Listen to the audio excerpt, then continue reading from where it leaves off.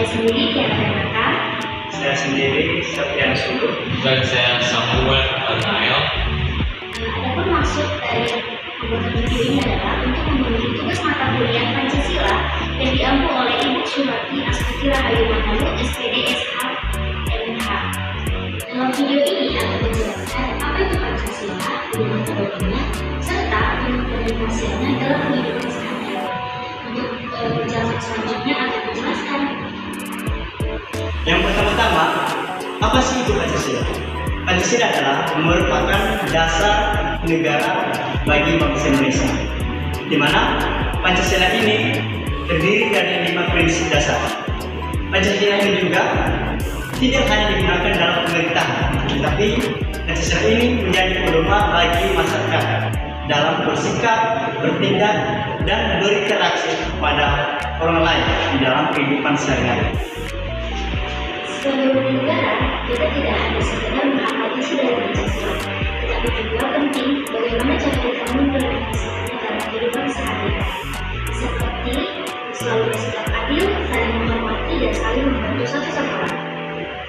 Tanpa kalian sadari, sebenarnya hal-hal kecil yang biasa kita lakukan itu termasuk juga dalam nilai-nilai Pancasila gitu.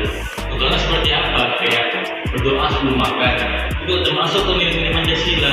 Lalu melakukan aktivitas, membantu teman-teman yang ada di kelas, membantu teman-teman yang ada di luar kelas, dan juga membantu orang tua kita. Harus juga bekerja sama, menghargai pendapat orang lain. Itu pun tanpa sadari termasuk dalam nilai Pancasila loh. Nah, dalam video ini akan ditampilkan contoh sederhana dari pengimplementasian kelima sila Pancasila.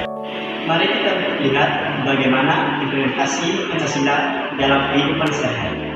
Nah, sekarang kita akan lanjut ke 5 sila dari Pancasila beserta contoh-contohnya yang akan ada di bawah nanti.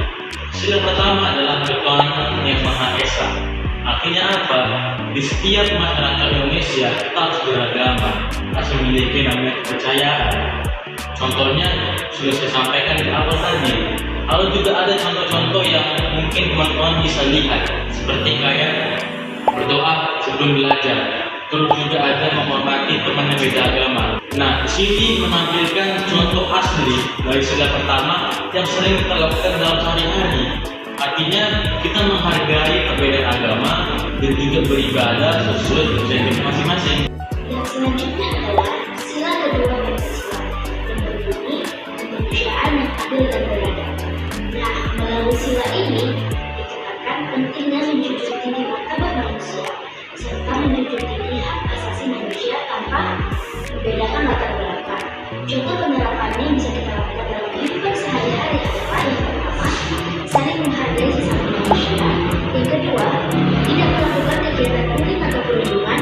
Yang ketiga, ikut membantu kaum bencana alam tanpa membedakan suku, agama, dan ras. Selanjutnya adalah sila ketiga, di mana berbunyi Persatuan Indonesia. Nah, artinya sila ini adalah kita ketahui bahwa di negara kita ada beberapa perbedaan, baik ras, suku, agama, dan lain-lain. Nah, untuk itu bagaimana sih penerapannya dalam kehidupan kita sehari-hari? Nah, salah satunya gotong royong, di mana kita harus ikut dalam melaksanakan kerja bakti, baik di lingkungan masyarakat, kampus, atau di kota. Nah, yang keduanya itu menghargai perbedaan, di mana kita tahu bahwa kita banyak ada perbedaan. Kita harus dapat berteman dengan yang berbeda suku dengan kita, bahasa, dan agama. Yang ketiganya itu mementingkan kepentingan bersama, di mana kita tidak boleh egois. Kita harus mengambil keputusan sesuai dengan keputusan musyawarah atau keputusan bersama. Selanjutnya adalah sila keempat Pancasila yang berbunyi kerakyatan yang dipimpin oleh hikmat kebijaksanaan dalam pemusyawaratan kerukunan. Artinya, setiap keputusan bersama harus diambil melalui musyawarah untuk mencapai mufakat dengan mengutamakan kepentingan bersama dan dilakukan secara bijaksana. Contoh penerapannya adalah yang pertama, ikut melaksanakan pemilihan umum. sekelompok. Nah, sekarang adalah sila yang terakhir, alias sila kelima.